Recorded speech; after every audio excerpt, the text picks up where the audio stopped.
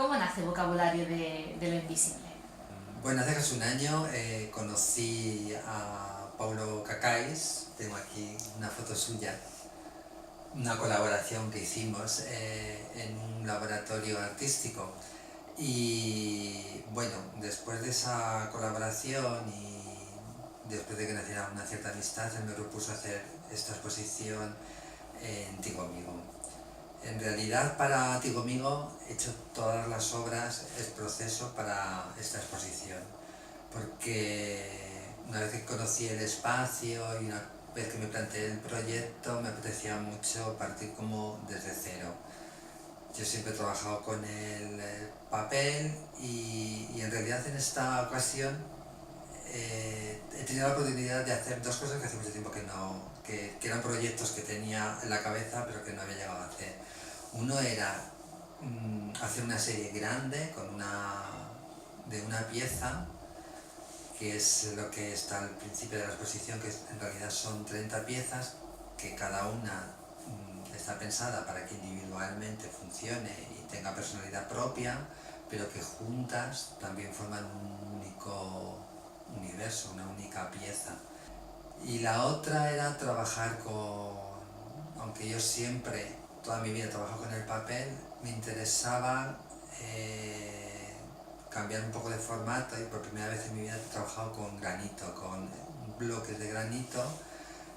El proceso ha sido muy similar al que hago con el papel, pero evidentemente la base de la obra se convierte en objeto porque es la piedra y porque ya no es plano y evidentemente el resultado es distinto, ¿no?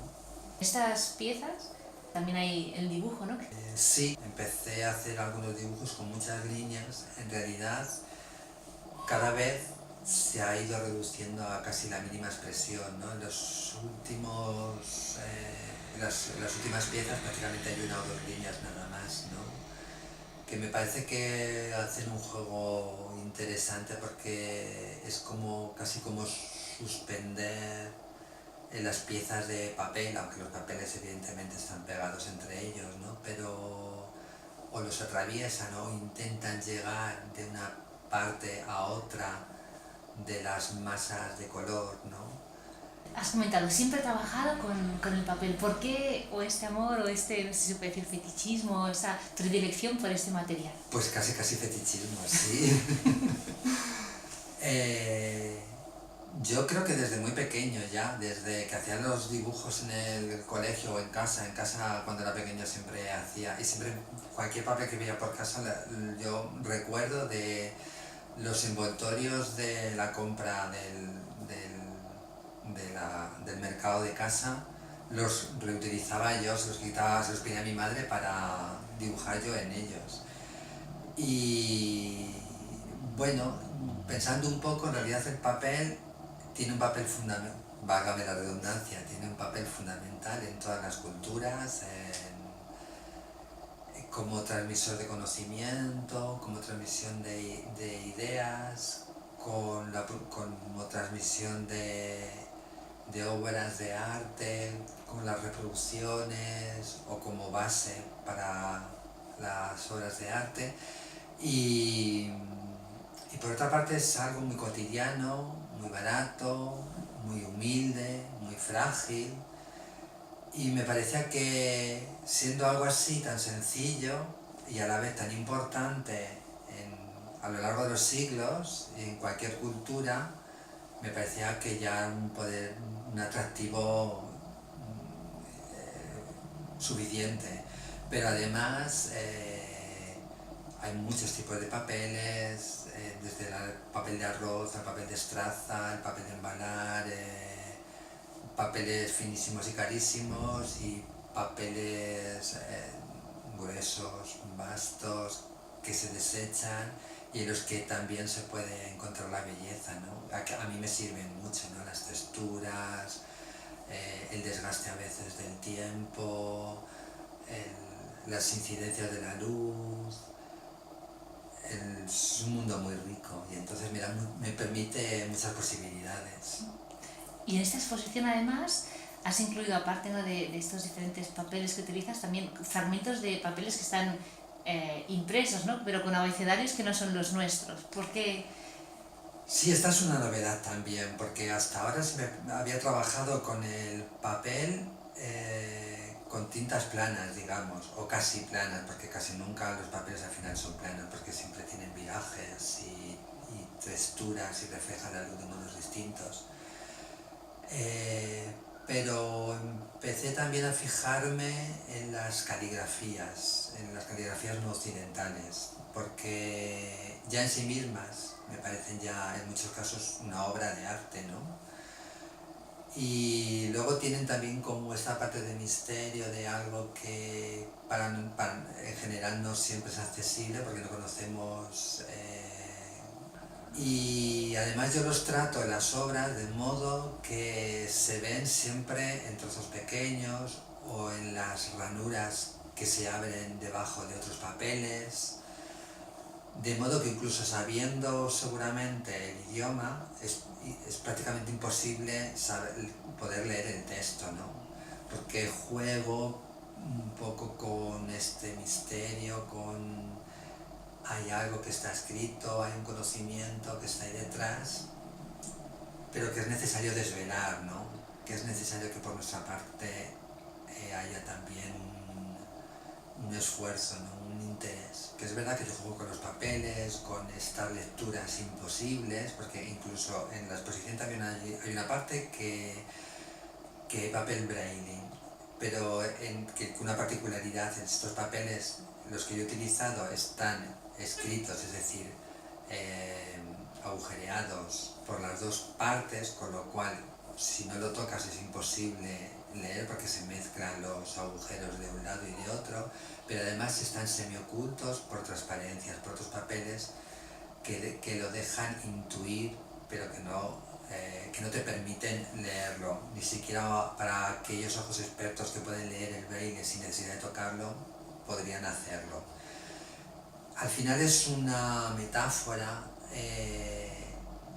de este juego de cosas que sabes que están, que existen, que son ciertas, que son reales, pero que no se pueden ver, ¿no? Porque a mí me gusta como este doble discurso. En realidad a mí lo que me interesa y de lo que yo trato de hablar en mi obra es de aquello que no vemos, pero que es lo fundamental, ¿no? Que es el pensamiento, que son las ideas, que son los sentimientos, que es lo trascendente, lo espiritual, es decir, todo aquello que no podemos tocar o que no podemos ver, pero que es real y que existe. ¿Cuáles son tus fuentes de inspiración? Pues yo creo que trabajo mucho con el inconsciente. A veces no sé muy bien de dónde proviene una idea. A mí me gusta mucho trabajar con el azar, pero seguramente también interviene mucho las imágenes que uno ve continuamente, que le interesan, que le gustan y que al final de un modo u otro termina trasladándolas de alguna forma en la obra. Durante mucho tiempo yo hice grabado y solo hacía monotipos, es decir, de cada impresión, con cada plancha, hacía un único original. Cuando tú grabas depende mucho de la humedad del papel, de la presión del tórculo, de la cantidad de tinta que hayas echado, de modo que cuando tú levantas la plancha, para ver, cuando levantas el papel en realidad, para ver cuál ha sido la impresión, qué es lo que ha pasado, siempre es una sorpresa, nunca sabes. En realidad es muy difícil controlar, hace falta ser un grabador muy experto para controlar perfectamente todos los ingredientes para que quede exactamente como lo que tú quieres. A mí toda esa parte de azar que hacía que siempre fuese una sorpresa me gusta mucho en mi obra. Y ahora, aunque esto no es grabado, a veces juego con papeles que ya están cortados, que no he cortado específicamente para la obra, y empiezo a jugar con ellos. Y al final, a veces casan o juegan o dialogan por sí mismos y ya se quedan ellos, intervienen a veces más ellos que yo. Me has hecho pensar cuando hablabas de los papeles que se superponen, ¿no? Tú me dijiste, no es collage, es superposición de papel. ¿no?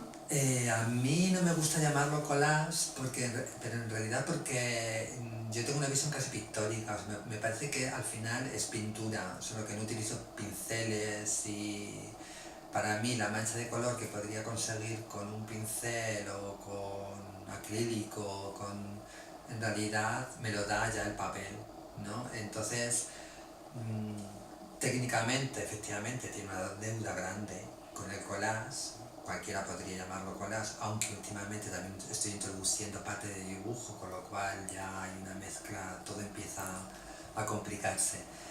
Pero porque en realidad yo casi lo entiendo como una pintura, ¿no? Solo que no está hecho con material pictórico al uso, ¿no?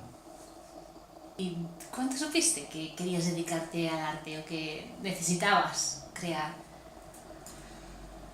Pues yo no tengo conciencia de ello. Yo creo que desde siempre, cuando era pequeño, en el colegio, las mejores notas las sacaba siempre en trabajos manuales. Cuando llegué a la universidad, en realidad yo quería estudiar Bellas Artes, y cuando tuve que decidir qué estudiaba, en mi familia no había muy claro eso de que ser artista y estudiar Bellas Artes. Entonces, como lo más parecido era la historia del arte, que también me gustaba, pues estudié historia del arte. Pero la necesidad de crear y de hacer cosas, yo creo que la he tenido desde que era un niño, siempre, desde hasta ahora. Yo recuerdo unos Reyes Magos, perfectamente de cuando era pequeño, que me encantaron, que me hicieron súper feliz, que era una caja de acuarelas metálicas de estas antiguas, pequeñitas, y recuerdo la cocina de casa, encima de la lavadora, ese mismo día ya pintando, absolutamente feliz por tener esas acuarelas, ¿no? No recuerdo otros regalos, pero eso sí. Cuando vas a una exposición o descubres un artista o una obra, ¿qué es lo que esperas de...? Pues en realidad he aprendido a no esperar nada. Es lo más sano.